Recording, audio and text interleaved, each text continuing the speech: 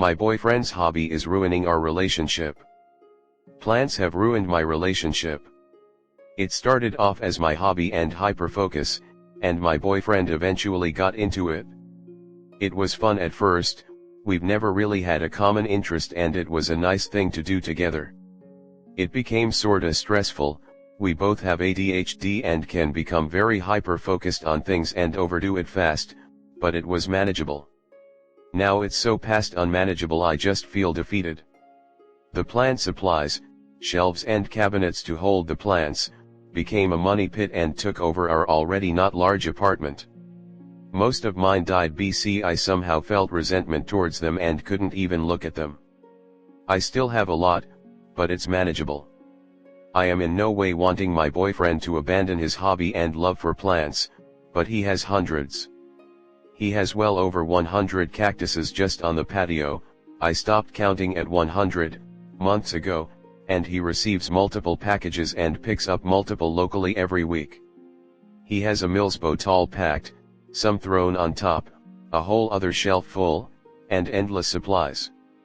If I had to guess how many plants he has in this home, it'd be at least 300, but I'd be shocked if it wasn't more. I'm exhausted. We have pets, a 2-year-old, and us all living in this apartment. He has taken and destroyed our very limited outdoor space. There's so little breathing room in our home. Having a nice home is extremely important to me. I grew up in a borderline hoard and filth, and all I've ever wanted is a nice home. I've had to face the reality that I will not be able to get that if he can't stop, and I don't know if I can handle that. His plants aren't arranged nicely, the areas he keeps them aren't kept up with, the endless supplies are thrown around everywhere. Some areas of our home I don't even like to look in the direction of. He will make mountains of plant-related trash and leave it for weeks. I've had multiple meltdowns due to this, since the last one. He's trying but not nearly enough. The mess makes me sick.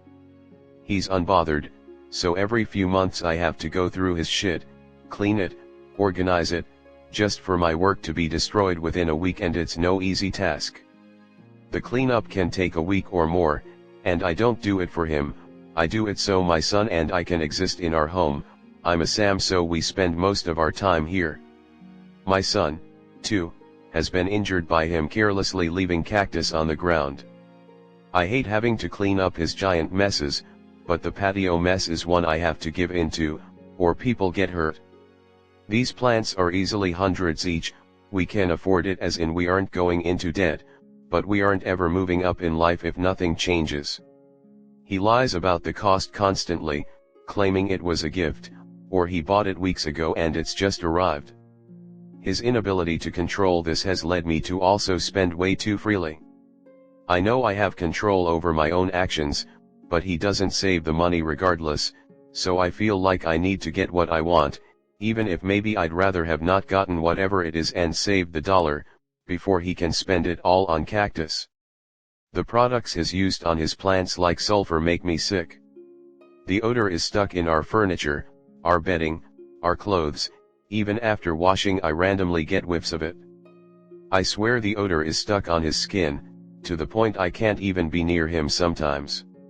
He swears he's stopped using it, but I still smell it. Our entire patio smells horrible. Our sex life is close to non-existent BC. He goes outside with his plants every evening, gets covered in dirt, sweat, and random chemical smells, and is somehow unaware that this is gross. He'll say things like, maybe you can skip outside tomorrow evening, but he never does. He insists he has to tend to them for over an hour every night. It's also the first thing he does when he comes home from work. He is constantly consumed by whatever is on the cactus subreddit, or talking to someone about buying or selling a plant. It's truly a struggle to get him to engage in the family. I feel like I'm having to pull his mind off the plants every 5 minutes. He's literally constantly in some cactus forum, while showering, grocery shopping, red lights. It is a constant battle to get him to be present. He does not spend nearly enough quality time with our son because he's always checking plant things on his phone, or wandering over to mess with the plant. I hate putting my business online, but it's been going on for at least a year and I can't handle this. I've tried to compromise so many times. I don't want him to get rid of everything. I love that he loves something. I love to see him too happy and excited, but this has become more than excessive.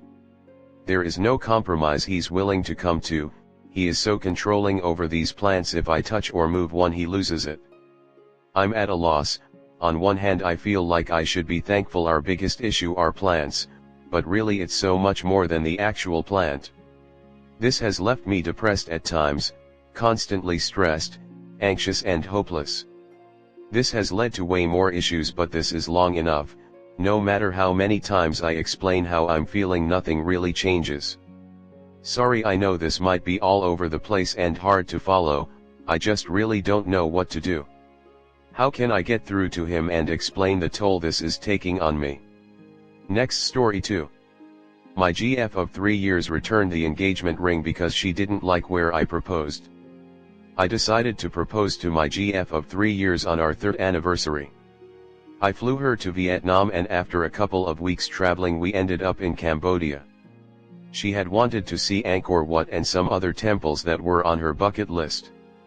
After a long day of hiking in the heat through ruins, we retired back to our hotel, and when we were alone together I proposed and she said yes. We kissed and I had planned to take her to the waterfall the next day to celebrate. It's really beautiful.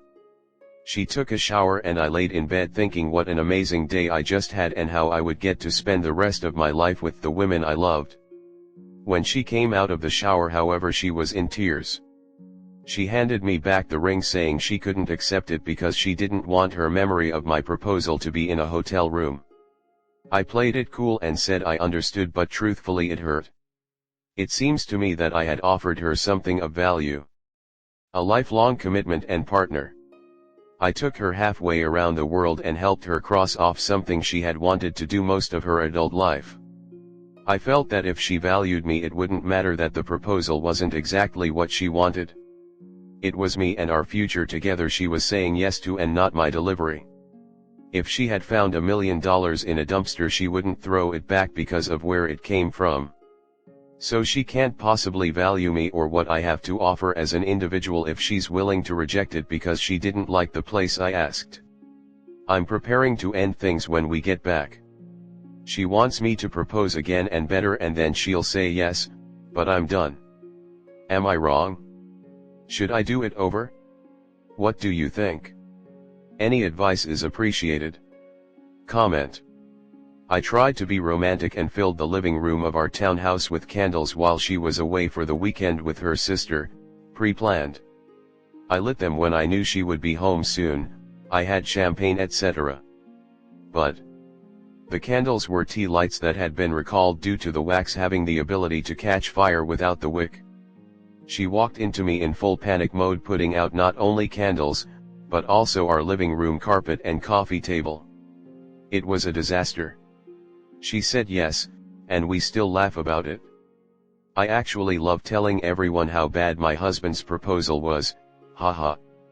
He had just spent half the night barfing in a hotel bathroom after a pretty bad case of motion sickness plus food poisoning, road trip, and I had stayed up with him cleaning the various places he'd vomited before he finally made it to the bathroom and plying him with Gatorade. Both completely exhausted, bathed in the glow of fluorescent lighting, the delicate aroma of stomach acid in the air. He thought that was the ideal moment to pop the question. I still rib him about it to this day. The place and the circumstances shouldn't matter as much as the person and the life you're planning to build together. Terrible, hurtful things happen like this in a marriage.